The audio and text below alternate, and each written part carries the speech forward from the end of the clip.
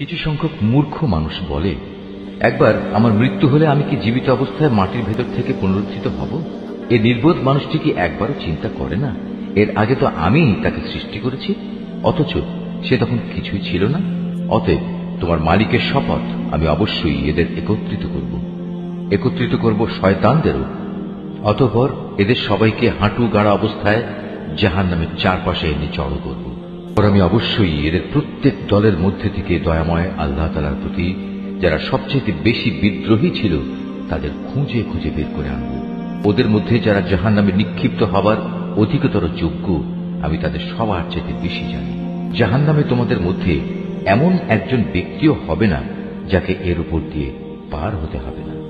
এটা হচ্ছে তোমার মালিকের অমোঘ সিদ্ধান্ত। এ পার হওয়ার সময় আমি শুধু ওসব মানুষদেরই মুক্তি দেব যারা দুনিয়ার জীবনে আল্লাহ তাআলাকে ভয় করেছে। অবশিষ্ট জালেমদের আমি নতজানু অবস্থায় সেখানে রেখে দেব। তাদের সামনে যখন আমার সুস্পষ্ট আয়াতসমূহ তেলাওয়াত করা হয়েছে তখন তারা ঈমানের বদলে কুফরি করেছে।